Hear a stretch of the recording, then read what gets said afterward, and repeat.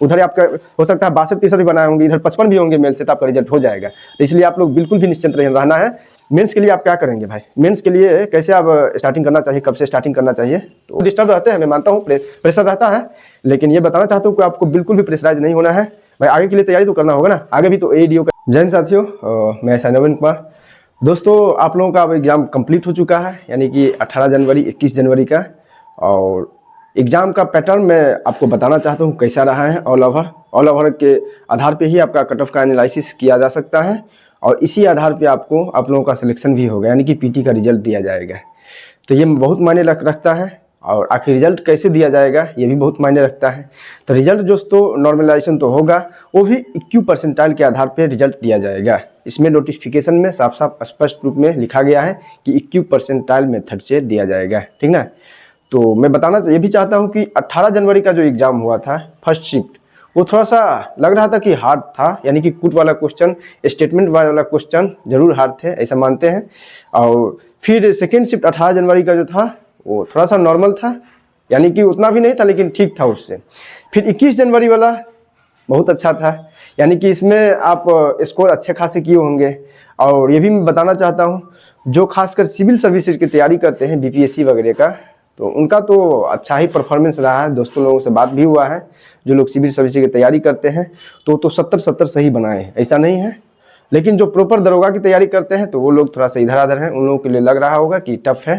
तो मैं आपको बताना चाहता हूँ कि आप कभी भी तैयारी कीजिए तो थोड़ा सा लेवल बढ़ा के ही करना चाहिए।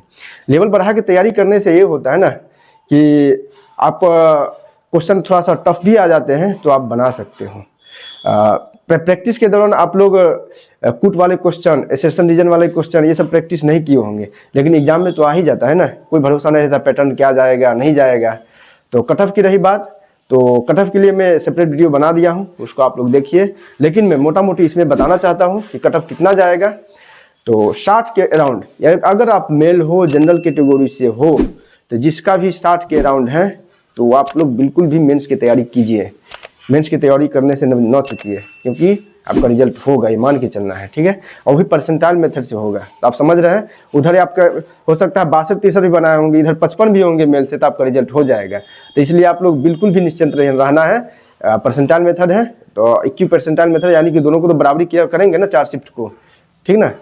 तो ये बताना चाहता हूँ कि आप लोगों को बिल्कुल भी हताश नहीं होना है। अगर आप फीमेल कैटेगरी से हैं तो 50 से 55 के अराउंड भी आते हैं तो आपका रिजल्ट होगा, बिल्कुल भी हताश नहीं होना है, आपका रिजल्ट होगा, मैं बता दे रहा हूँ। तो मैंने चारों शिफ्ट का क्वेश्चन का एनालाइज किया हूँ, और एनालाइज भी किया हूँ, अपने चैनल पे डाल भी दिया हूँ, तो आप लोग जाके देखिए, अपना अपना मिला भी लीजिए। आंसर की भी मैं जारी कर दिया हूँ, ठीक ना। तो उसको आप देख सकते हैं, आप ही लोगों के द्वारा बताया गया है, तो उसको मैंने इकट्ठा करके एक जगह कंपाइल करके दे दिया हूँ। तो ये मैं आप बताना चाहता हूँ कि आप लोग मेंस के लिए आप क्या करेंगे भाई, मेंस के लिए कैसे आप स्टार्टिंग करना चाहिए, कब से स्टार्टिंग करना चाहिए। तो बताना चाहूँ कि अभी आप लोग प्रीलिम्स में लगे थे, तो कुछ दिन थोड़ा सा, एक सप्ताह इधर उधर कर सकते हैं, मस्ती कर लीजिए, थोड़ा सा घर से हो आइए, अपना जो भी करना है एक सप्ताह में आपको जो करना है कर लीजिए, ठीक ना। उसके बाद आप रिफ्रेश मोड में मेंस की तैयारी में लग जाएंगे। और वैसे भी अब जिसका एग्जाम हो सकता है खराब भी गया है तो सोचता होगा कि नहीं पढ़ेंगे भाई, थोड़ा सा डिस्टर्ब रहते हैं, मैं मानता हूँ प्रेशर रहता है। लेकिन ये बताना चाहता हूँ कि आपको बिल्कुल भी प्रेशराइज नहीं होना है भाई। आगे के लिए तैयारी तो करना होगा ना, आगे भी तो ADO का एग्जाम है, और BSSC का CGL का एग्जाम है। तो वो लोग जिनका एग्जाम खराब गया, बिल्कुल भी मतलब 50 से नीचे आ गए हैं और जनरल कैटेगरी में है, तो भाई वो लोगों को अगले एग्जाम की तैयारी में तो लगना चाहिए। ADO में भी तो जनरल स्टडी है, तो आप लोग जनरल स्टडी को नहीं छोड़िए। अगर बिहार में आपको एग्जाम लेना है, जॉब लेना है, कोई भी एग्जाम क्रैक करना चाहते हो, तो जनरल स्टडी पे मास्टरी आपको हासिल करना ही पड़ेगा, यानी कि मजबूत करना पड़ेगा, ठीक ना। तो कुछ लोग भाई लोग मेरे बारे में बताते हैं, कमेंट करते हैं कि आपसे तो 50 भी नहीं बनता। तो मैं ऐसे लोगों को बताना चाहता हूँ कि मैं ऐसे ही BPSC में बार बार मेंस नहीं लिख रहा हूँ भाई, है ना। अभी तक मैं 3 बार मेंस लिख चुका, 2 बार मेंस लिख चुका हूं, और 1 बार मुझे इंटरव्यू का भी मौका मिला है। साथ ही साथ इस बार भी मैं मेंस लिखने वाला हूं। 71वीं का क्वेश्चन आप देख लीजिए कितना टफ रहा था, ठीक ना। 69वीं में भी मेरा हुआ था। तो आप लोग समझ रहे हैं कि मैं बार बार मुझे मौका मिलता है। और 67वीं के एग्जाम में भी मुझे हुआ था, लेकिन उस टाइम मैं ट्रेनिंग सेंटर में था तो मैंने छोड़ दिया था। तभी तक मुझे 3 बार मौका मिला है। समझ पा रहे हैं ना आप लोग तो आप लोग कमेंट करते रहते हैं, तो जो भाई कमेंट करते हैं उसको आप ही लोग जवाब दीजिए, क्या जवाब देना चाहिए। कि बोला ऐसे ही बोल देते हैं कि आपको इतना भी नहीं बनता, इतना भी नहीं बनता। तो ऐसे ही मैं यहाँ पे खड़ा नहीं हूँ भाई, एग्जाम क्रैक किया हूँ तभी तो यहाँ पे आया हूँ। आप भी कीजिए, आप भी कीजिए, आप भी बनिए भाई। किसी के बारे में निगेटिव कमेंट करने से कोई फायदा कुछ होता है क्या? कुछ नहीं। अब मैं जानता हूँ कि जो पढ़ने वाले लोग होते हैं निगेटिव नहीं करते, निगेटिव से बिल्कुल भी दूर रहते हैं। तो आप लोगों को निगेटिविटी के चक्कर में नहीं रहना है, अपने पढ़ाई पे फोकस कीजिए, वो बेहतर होगा, ठीक ना।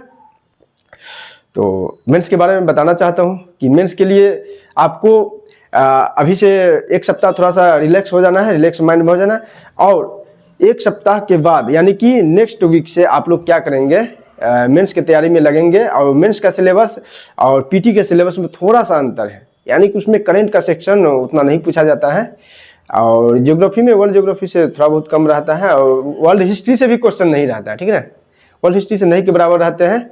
इधर अदर वाला हिंदी इंग्लिश से भी क्वेश्चन आपको नहीं रहेंगे। तो मेंस में आपको मोटा मोटी जनरल स्टडी से ही क्वेश्चन रहते हैं। और मेंस के लिए मैं एक सेपरेट वीडियो भी बनाऊंगा कि मेंस की तैयारी कैसे करें बिहार दरोगा के लिए। और मेरा खुद का एक्सपीरियंस है, मैं ऐसे नहीं बता रहा हूँ आप लोगों के लिए, खुद का एक्सपीरियंस है कैसे मैंने किया था और कैसे 2 बार दरोगा में क्रैक किया हूँ, पीटी मेंस सब क्रैक किया हूँ, ठीक ना। ऐसे ही नहीं डायरेक्ट पहली ही बार में मैं मेरिट तक पहुँचा हूँ। मेरिट तक यानी पहुँच के उसके बाद मेरा मेरिट नहीं बना था, और उसके बाद सेकेंड टाइम में मेरा सब कुछ हो गया था। तो आप लोग समझ रहे हैं, और इसलिए मैं बताना चाहता हूँ कि आप लोग समय बर्बाद नहीं करेंगे, ठीक ना। ये समय आपके लिए बहुत ही इम्पोर्टेंट है, और यही एक मौका है, यही समय है, इसको अंतिम मान के चलना होगा।